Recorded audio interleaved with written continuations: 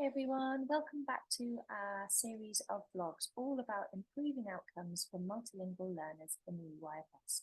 I am Anna Comfort, a Better Bilingual associate, and today we're going to be looking a little bit about teaching inputs and different ways we can adapt these inputs to meet the needs for these learners.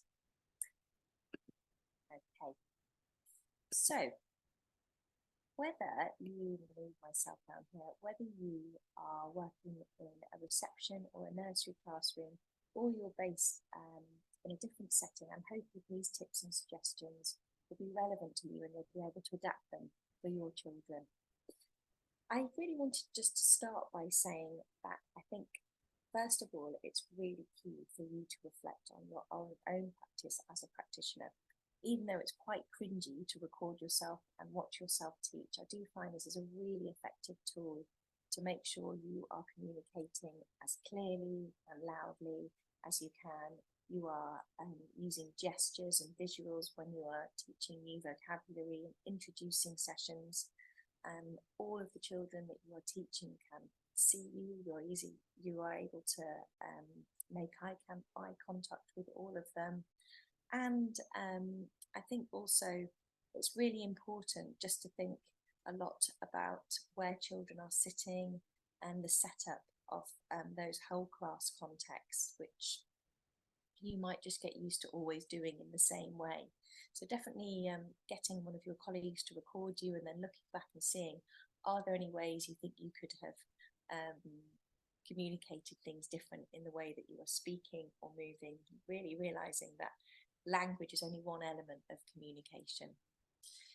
Next, I just wanted to talk about trying to make these whole class contexts, whether it's working with a small group or a big, large class, trying to make children as actively involved in the learning process we know will always help to deepen their engagement and their understanding.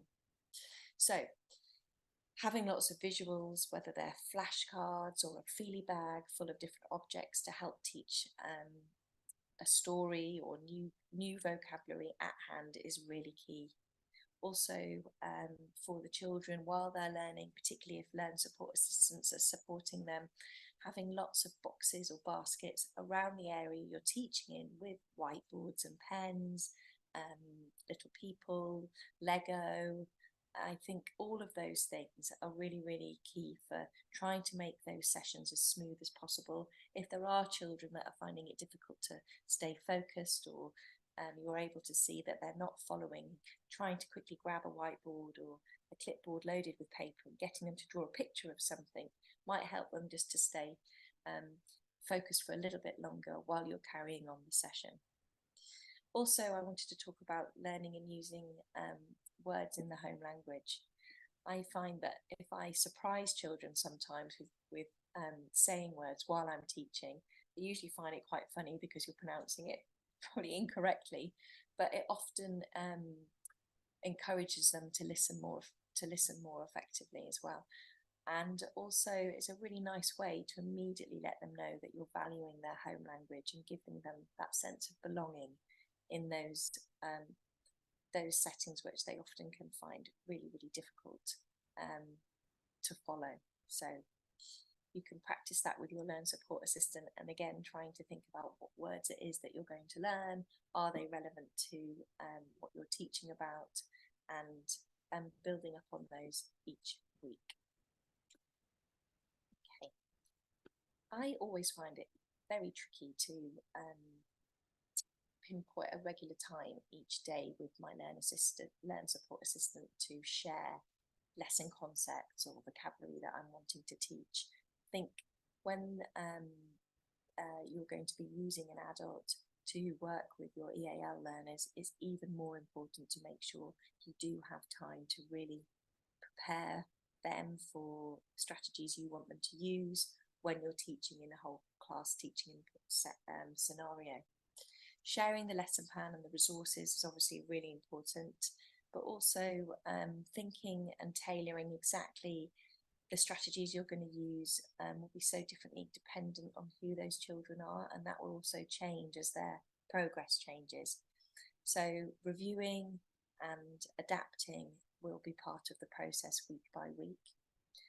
Thinking carefully about having like an iPad and also researching different ways of translating things on iPads. There's lots of really good ideas on the British Council website I've seen recently for being able to translate words as you're going along. Might be a really good idea to have and explore together. I think also it's important to make sure as a school or in your setting, you can try and maintain consistency as much as possible, so children are working with the same adult each week to build up that familiarity and that relationship.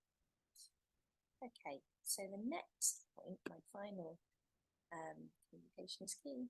That's what I was thinking. It all comes back down to that. My final tip is actually a recent discovery. These two fantastic books, The Meadowsweet Year and The Singing Year. I've always known that singing is a really, really wonderful way of teaching vocabulary and language. Not only is it far more fun to be drilling and repeating words when you're singing them to a melody with your friends, but also it always gives children more of an opportunity to have a go and take a risk and hear their voice, often for the first time, speaking a new language with their friends. The Meadowsweet Year has a wonderful catalogue of different songs for just everyday things. It's actually a Waldorf-inspired book. I think it's really aimed for childminders and play groups, but I've been able to use them in reception and in Year 1 classes. And it's been fantastic to see children who would be too shy to say good morning or good afternoon join in with the good morning song, goodbye song. It's got lovely little tidy up songs for all of the normal rhythms of the day. So definitely check that one out. And the Singing Year, very similar, but they have a few more rhymes and poems that you may use to introduce topics or vocabulary, even maths lessons. So have a look and see if that's something you would like to invest, and think about ways of incorporating these into your daily teaching. Okay, this brings us to the Better Bilingual checklist.